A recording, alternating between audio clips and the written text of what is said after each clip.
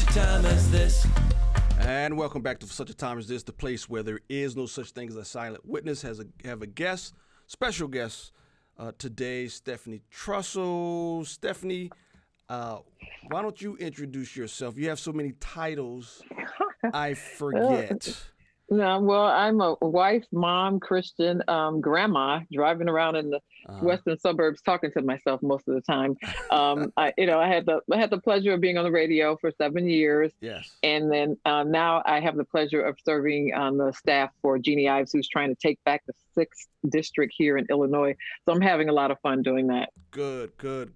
You know, the reason for this, and the title and the topic today will be the historical look at the political parties, both the Republicans and the Democrats, and the effect that it has today. What inspired this was I had a young African-American man I was speaking with and talking to, and there was a lot of things about the history of the Republican and Democrat Party. He had no clue.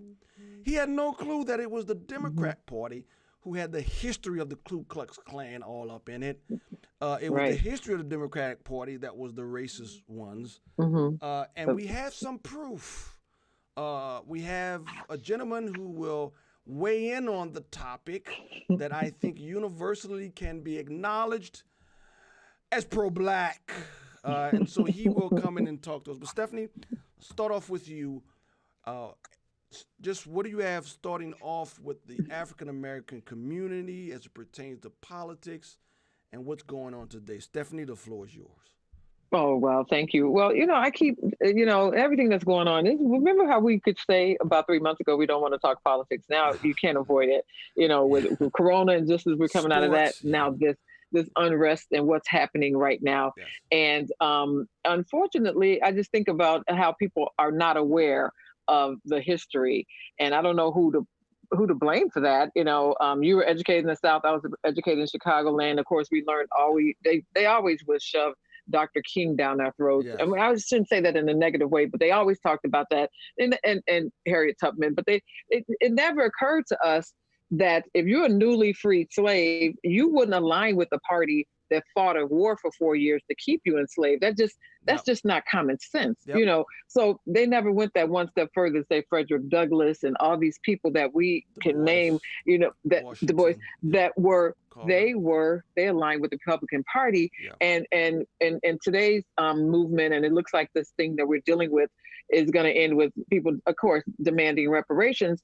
And when you read the history of the newly freed slaves, they had been given the 40 acres and the mule, but what party, again, took that away? The Democrat Party. But I keep thinking about these newly freed slaves, and you talk about Frederick Douglass, what do you want? They wanted nothing. They just wanted to be left alone. And here we are begging for reparations after they bled, fought, died for us. And all they did was they left the plantation, taught themselves how to read. Yeah. Many went off to Ivy League colleges and got multiple degrees. Yep. And in 2020, we're sitting around saying, what's owed to me? Yep. I'm like, they did so much more with so much less. And, James, you and I could never imagine the oppression and the overt and what they went through and just to vote. And we can't get people to get up and go vote and exercise. They would walk 4 miles, protest the risk of the KKK, which is a militant arm of the Democrat Party designed to keep Republicans and ex-slaves from voting. So let's just tell the truth. And real quick before you go on, Frederick Douglass, not only did they want anything, he said specifically, don't give us anything except a fair playing field. Right? That's a paraphrase. They didn't want, but that's what he said. Yeah. Don't give us anything, because he knew when you start giving blacks things, we would become complacent. He knew it's a trap. It's a trap. And look at we look at it now. How many decades of all these programs that have hobbled our people and made them so dependent on big government. I grew up on the west side of Chicago in the 70s. You couldn't get on the bus without somebody hustling, trying to sell you. It was $1 wallets with a phone book in it. They sell you socks. They were hustling. My mother and stepfather both had regular jobs, but they hustled on weekends with doing different things. We had that burning in our belly to achieve the American dream. But now you could just get it on the debit card. You don't even have to roll out of bed anymore.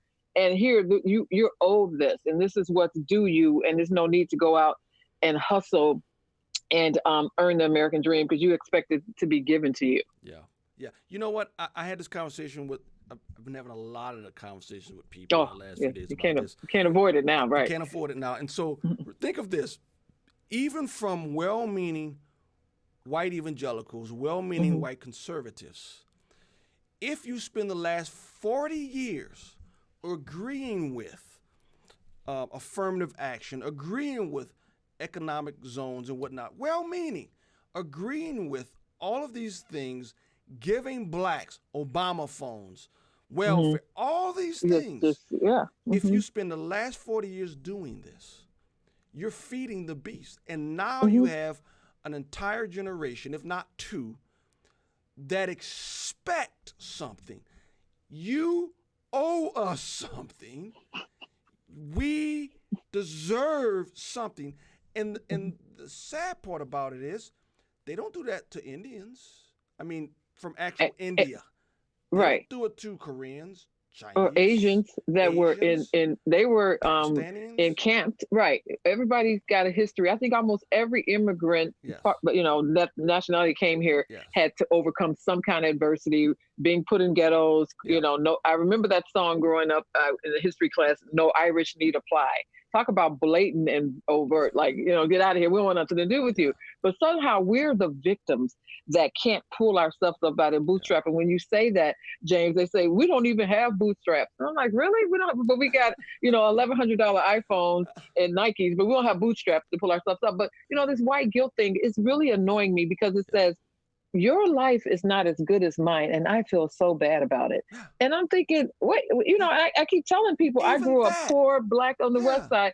I love being Black in America. I love I was like, well, it's not as if we had a choice and we didn't pick our color, but they see our skin tone as a disability that is so hard to overcome. But you know what, Stephanie? Oh my gosh. When you walk around like a victim, you agree with it. Exactly. You buy into the mindset. And so I remember someone asked me, so how are your kids doing? I said, my kids are doing just fine. I never taught them to be victims. I never taught them to walk around with their heads hanging, woe is me, woe is me. And you know what? Again, tons of conversations in the last 2 weeks. And I've told people this. I said, you know what? Growing up, when you talk about friends, dating, whatever, I have never begged anybody to like me. I have never begged any woman to love me. Never did. I have never begged anybody to be my friend, and I ain't gonna start now. And so when blacks walk around like this, again, I'm happy to be Black. I don't see it as a disability. I'm like, it's pretty cool. I'm like, the food, the culture, the music. I'm like, it's all right. I like it. I don't have a problem with it.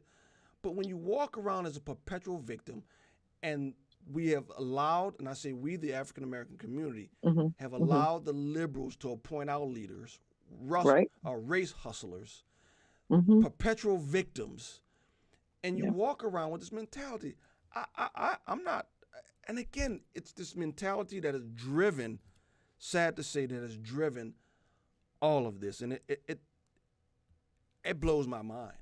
It's a powder keg. These urban centers run by one party for decades, unopposed, and I will take the Republicans, put some blame on them for not going in offering. Because when I'm debating with people on Facebook, and I'll say, "Oh, Chicago is this and that," but we had 20-something people run for mayor the last time. They couldn't dust off one raggedy Republican at least, even though we don't have a chance of winning, but just to get our platform out there. We haven't given them an alternative to what they have to vote for.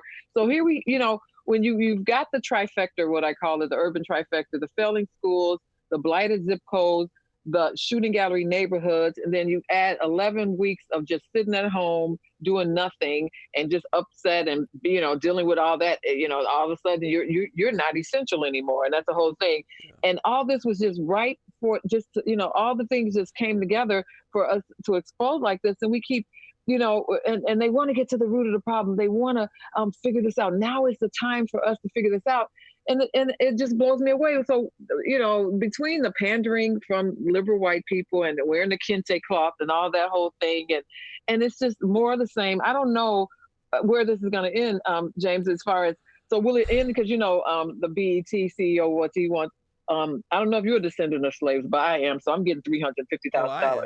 am. But you, On oh, you both are, because I didn't know if sides. your family came over here for both sides. No, So when no, we get no, no, two, no. 350,000. So I didn't know. You never know whose Yeah, family came I over know. later. Yeah, yeah, yeah. So they think that's going to be the answer of giving us $350,000 each, and this is what we demand.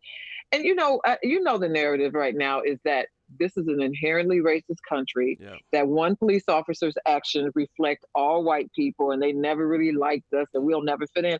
And for them, in our history, one of the biggest failings that the liberal education system has done, one of the is that they've convinced us that the flag isn't ours.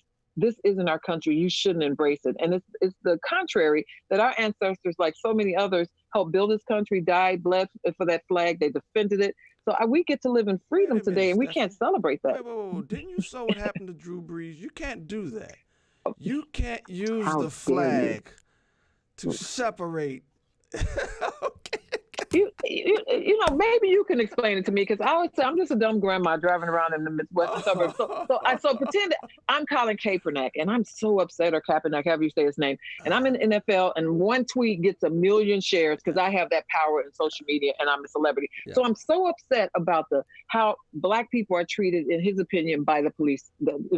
Just disproportionately victims of police brutality. So I decide I'm going to take my power, and I'm going to open up some organization where we're going to talk to the policemen about their policies and about their training, and we won't talk about the fact that unions make it almost impossible to fire a bad police officer. Let's not talk about that. So instead of doing that, going into my community, finding out why this relationship has been broken, because I don't know about down in the South, but we used to have officer friendlies would come into and give out coloring books and read to us. We had that too. But so instead of you doing that with my power, I decide, I work for the NFL. I'm going to take my angst to work. The NFL has nothing to do with it. It's not run by police. And that's your message, that Black people are disproportionately beat up by pigs because he wore the pig socks.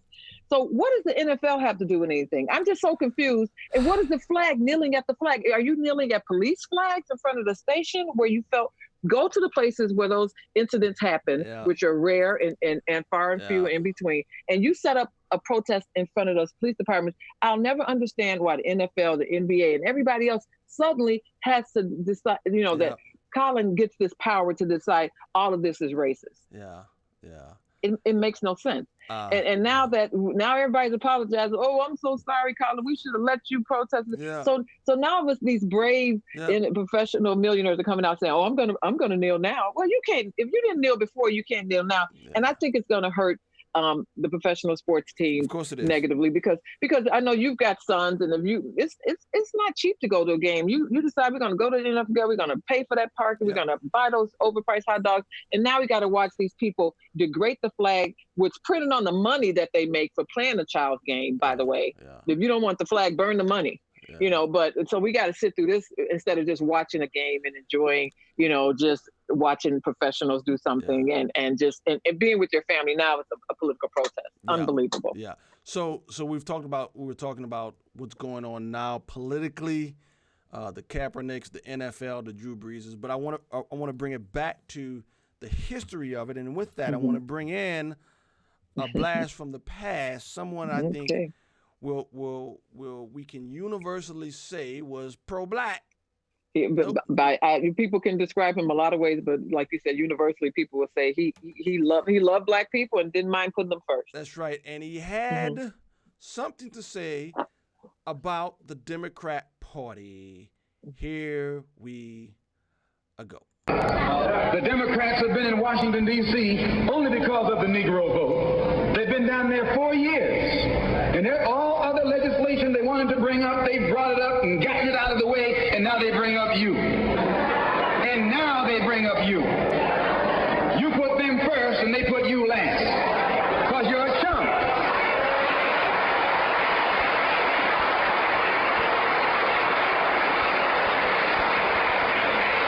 A political chump. In Washington, D.C., in the House of Representatives, there are 257 who are Democrats. Only 177 are Republican. In the Senate, there are 67 Democrats. Only 33 are Republicans. The party that you bash controls 2/3 of the House of Representatives and the Senate, and still they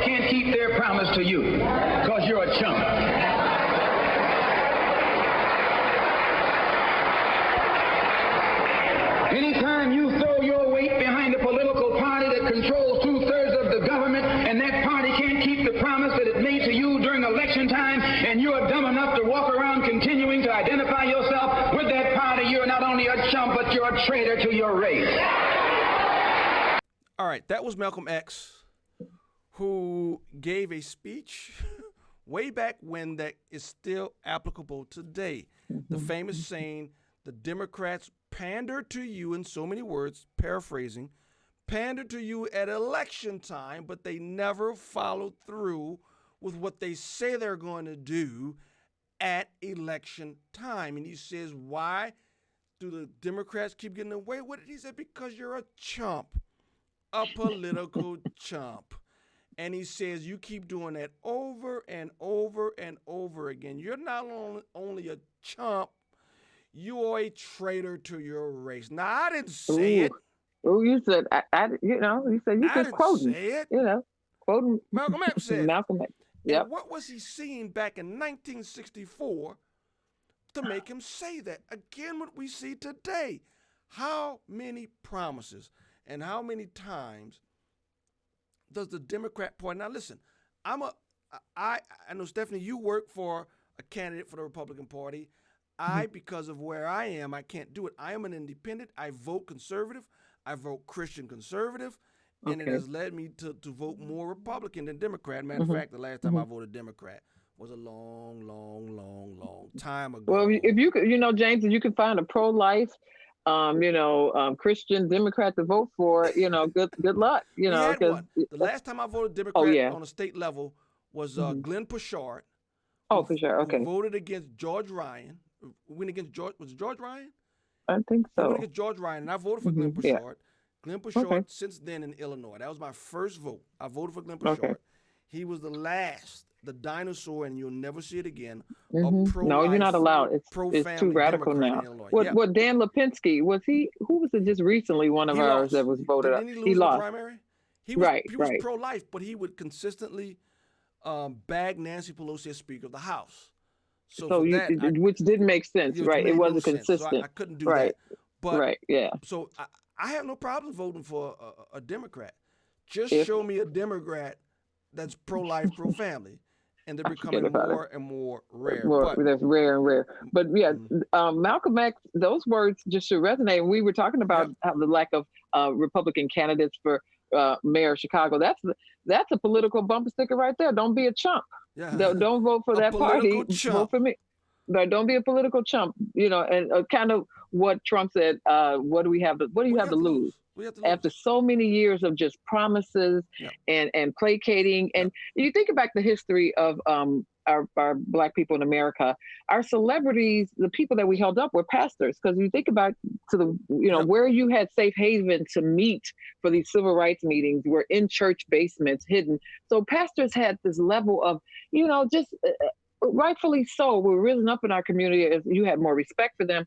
And you fast forward to modern times, where these pastors, unfortunately, some of them have sold out to the party, and they invite these political candidates to come into the church, knowing they represent a party that's pro-abortion, pro-homosexuality. How can you, justify that? You can't. It makes no sense to me. You can't, so ever.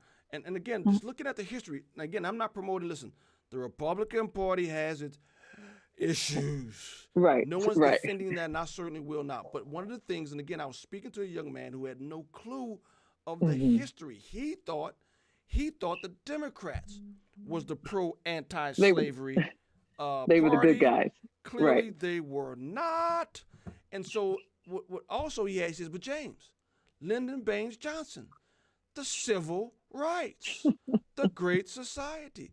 How do you explain that, James? And I said, well, what you have to understand is that the Republicans crossed over and supported the civil rights, but Lyndon Baines Johnson had to fight the Democrats in his own party against the civil rights. And when they approached him, the Democrat governors went to LBJ and says, what are you doing? Here's the famous quote right here. Lyndon Baines Johnson says, I'll have these ends voting Democrat for the next 200 years. They saw him.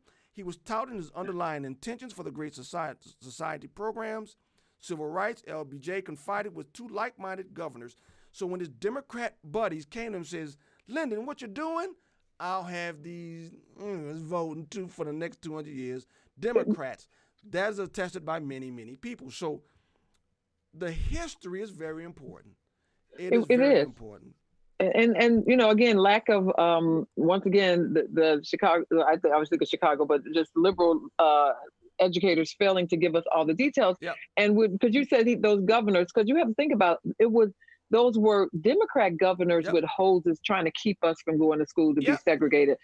So when people talk about systematic racism, I said it's not 1964 Selma or in 1964 America where Southern Democrat governor empowered, they had the backing of the law to keep you from voting, to keep you from so it's different. Being racist now in 2020 is not popular. You something gets posted, you lose your dog, you lose your job. It's different. It's not systematically the government keeping you down. And we need to identify which governors sick the dogs on the protest, Democrats. Which ones hosed us? Which ones that kept us out of school? Democrats. And so let's just, when I don't know, when I tell people I'm a Republican and Black people say, you can't be a Republican, they're racist, blah, blah, blah. And then when you sit down with them and you go through the facts and say, this is the history of the parties, then they immediately say, oh, both parties are bad and I don't identify with Democrats anyway. I was like, no, a minute ago you were vilifying me for being a Republican. But now when you're faced with facts, you're like, oh, well, right. Yeah, and when you talk about the last time you had systemic racism, and let's clarify the systemic racism. Systemic racism, as best I can understand, because, it's fluid. It changes every day from the left, as most of the definitions do. Systemic racism, my understanding, is racism within the system. System-built racism. And so, again, my retort to that is, show me a law on any level, village, county, city, federal, state, whatever, federal, that is racist in its writing of its legislation, and we'll go after it. Otherwise, don't talk to me about systemic racism, because I don't see it. Redlining was systematic racism, but it's illegal now. Jim Crow. Jim Crow was many years ago. It was bad. It was bad. 2020 show me systemic racism. I'll show you some systematic racism. You said that again? I'm sorry? I said, I'll show you some in 2020 in Chicago. That's when 1 in 4 Black children attend a failing school, public school, but 90% of white kids go to elite schools. See, that's the systemic racism right there, keeping us uneducated and needy on that plantation. But we don't want to talk about that, because that's going to lead right back to the Democratic Party. You can't talk about that. You can't talk about that. But systemic racism, the last time you had systemic racism was in the hard South. And a lot of young people, Stephanie, think it was the Republicans who did that. No, it was the Democratic South. And if you listen at Malcolm X, that's who he's going after, the Democratic South. The Republicans in the last 20 years has flipped the South from Democrat to Republican. But it was the Democrat-Republican South who had systemic racism. Okay. And I recently heard when everybody's talking about this issue, I don't know, the leader of the Republican Party, I don't know, he was saying the original sin of slavery. When we think about America, Southern America had a slavery problem. Let's just focus on where it was. It wasn't all of America. And then when we have these, they keep saying the original sin as if we created slavery. We were a colony of England and their policies and them, colonizing, going in, raping, blah, blah, blah. But somehow we get saddled with, like, we invented it and it's so horrible, it's the original sin. And it's like, we can't overcome that. And how dare you? And how do we move on and all this? And it's like, we weren't the only one practicing, not to say I sound like a kid, well, he did it too, but don't act as if we invented it and that we, and continue. I mean, let's just tell the whole truth if we're going to tell some of it. Racism is a human problem. And I tell people, I use this today, most people don't realize it. As bad as it was here in Africa, in United States of America for African Americans, and it was bad. This was not the most famous enslavement in all of human history. No. The most famous enslavement in all in human history was the Hebrews being enslaved, that God had to come down and wrought the 10 Commandments and the 10 plagues and all that stuff. And by the way, who enslaved the Jews? What race of people enslaved the Jews? Was it the Greeks? Was it the Romans? I'm drawing a blank, Stephanie. Help me out. I'm not gonna help you out. Don't give me. You trying to get me enslaving? Trying to get me in trouble. In the most famous in the most famous slave rebellion in all of human history, so much so God had to intervene for the children. I think it was the Egyptians. I was going to say that, but I'll let you say it because I got enough people mad at me. You know, right? And it was horrible. It's unbelievable. But you know what? When you said, I was thinking about modern times, and I went to the African American Museum when I went to DC in the last few years, and I went kind of with a jaded mindset of let me see how many prominent Black conservatives are presented here. But then once you get in that museum and the history, all that, you leave that in the elevator because the process of going all the way down to the bottom and working your way up. And when they show this lit up map of the world, that compared to South America, we were pikers when it came to slavery. Because all the numbers and all the lights were down in South America. And I was like, I thought America was the biggest, most horrible slave trade. Oh my goodness, blah, blah, blah. And I was like, oh my gosh, did you guys see this? I've never been to South America. I don't know what their culture is like, or people constantly saying, you people raped and you got all this because of the man on the back of the black. I don't understand, how, again, we get to be the king of slavery and we're the worst of the worst.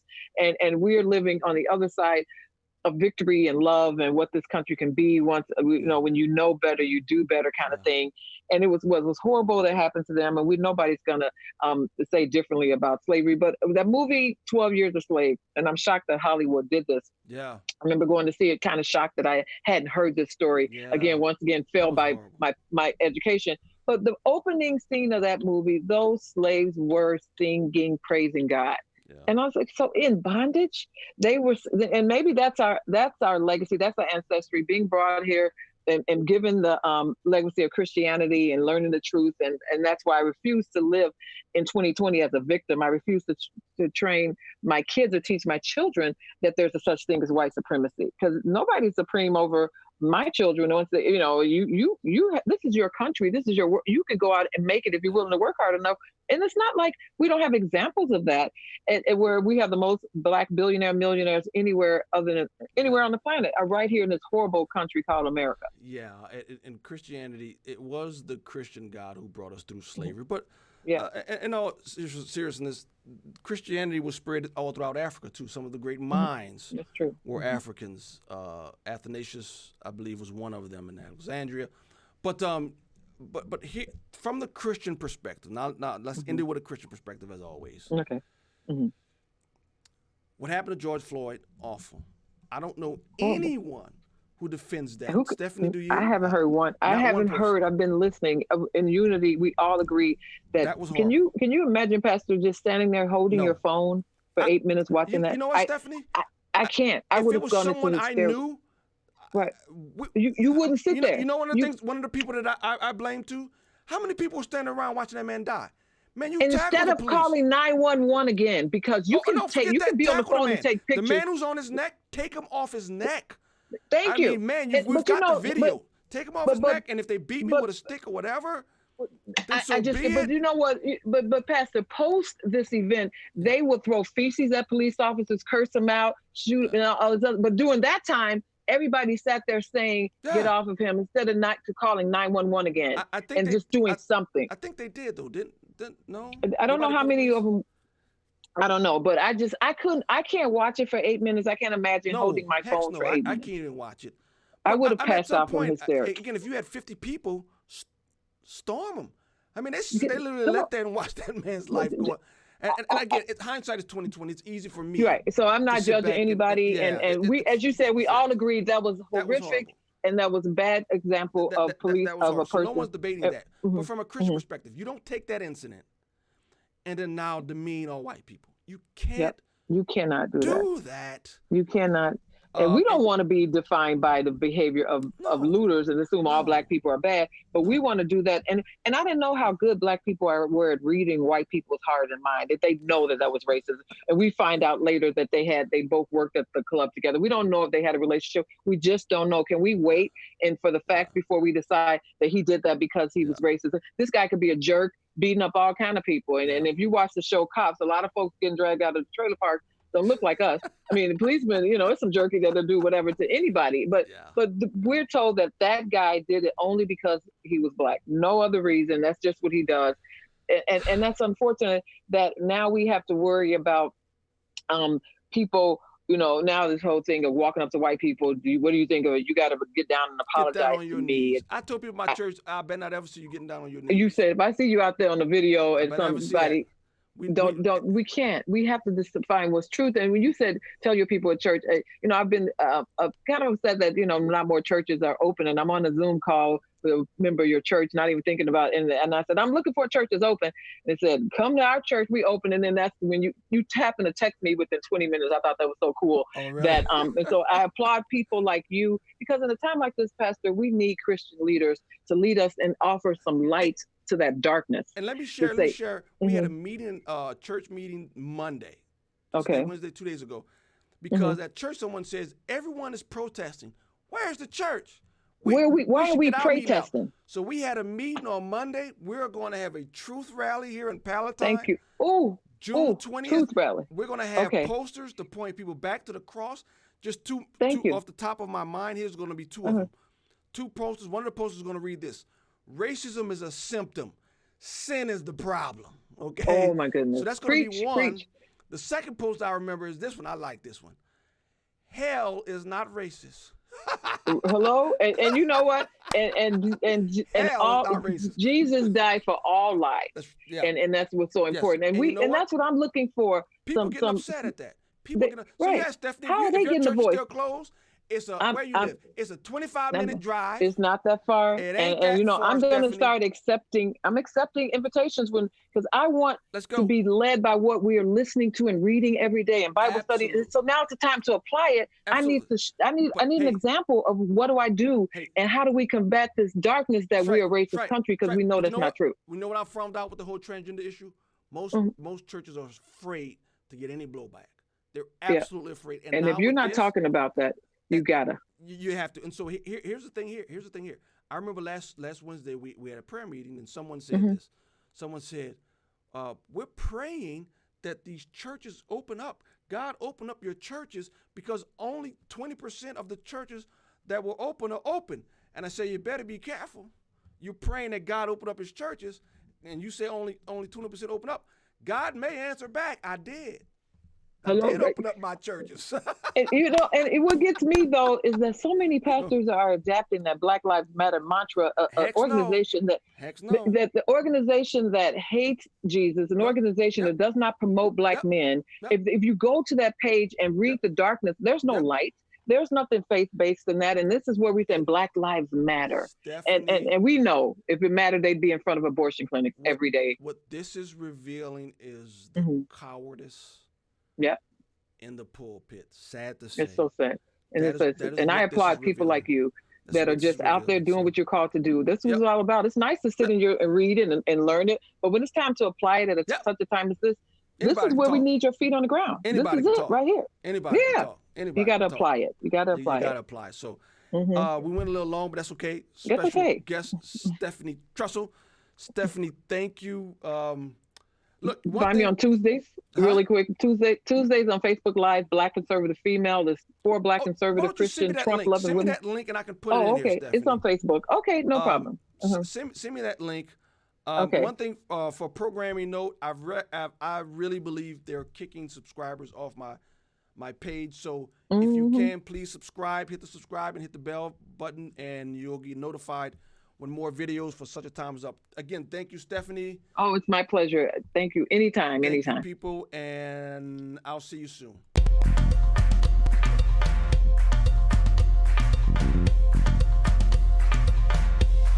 For such a time as this.